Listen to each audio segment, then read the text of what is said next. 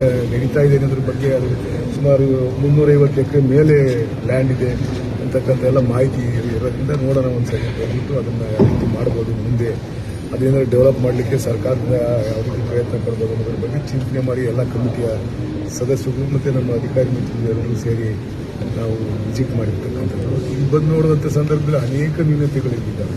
ಬಹುಶಃ ಇದನ್ನು ನಮ್ಮ ಅಧಿಕಾರಿಗಳಿಗೆ ಸರಿ ಮಾಡಲಿಕ್ಕೆ ಆಗುವಷ್ಟು ನ್ಯೂನತೆಗಳು ಕಾಣ್ತಾ ಇದ್ದಾವೆ.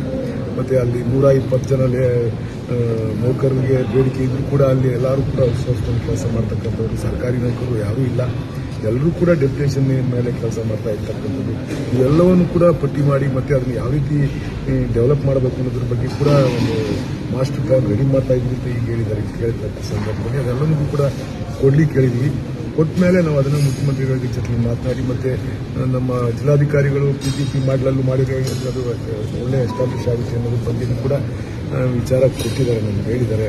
ಅದರಿಂದ ಯಾವ ರೀತಿ ಮಾಡ್ಬೋದು ಅನ್ನೋದ್ರ ಬಗ್ಗೆ ಅವರೆಲ್ಲ ಮಾಸ್ಟರ್ ಪ್ಲಾನ್ ಕೊಡ್ಲಿಕ್ಕೆ ಹೇಳಿದ್ವಿ. ಅದು ಕೊಟ್ಟಂತ ನಂತರ ನಮ್ಮ ಕಮಿಟಿಲಿ ಬೆಂಗಳೂರಿನ ನಾವೆಲ್ಲ ಸದಸ್ಯರ ಚರ್ಚೆ ಮಾಡಿ ಅದನ್ನು ಮುಖ್ಯಮಂತ್ರಿ ಗಮನಕ್ಕೆ ತಂದು ಯಾವ ರೀತಿ ಮಾಡ್ಬೋದು ಅನ್ನೋದ್ರ ಬಗ್ಗೆ ಡಿಸಿಷನ್ ಮಾಡಿ ಇದರಿಂದ ಒಳ್ಳೆ ಜಾಗ ಇದೆ. ಸುಮಾರು ಲ್ಯಾಂಡೇ ಇನ್ನೂ ಅವರಿಗೆ ಹ್ಯಾಂಡ್ ಓವರ್ ಆಗಿಲ್ಲ.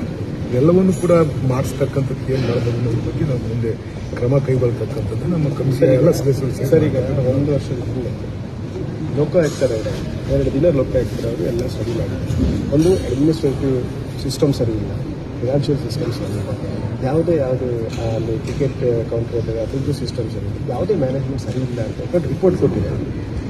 1 ವರ್ಷ ಆಯಿತು ಲೋಕಾಯುಕ್ತ. ಅದ್ರ ಬಗ್ಗೆ ನಿಮ್ಗೆ ಏನಾದರೂ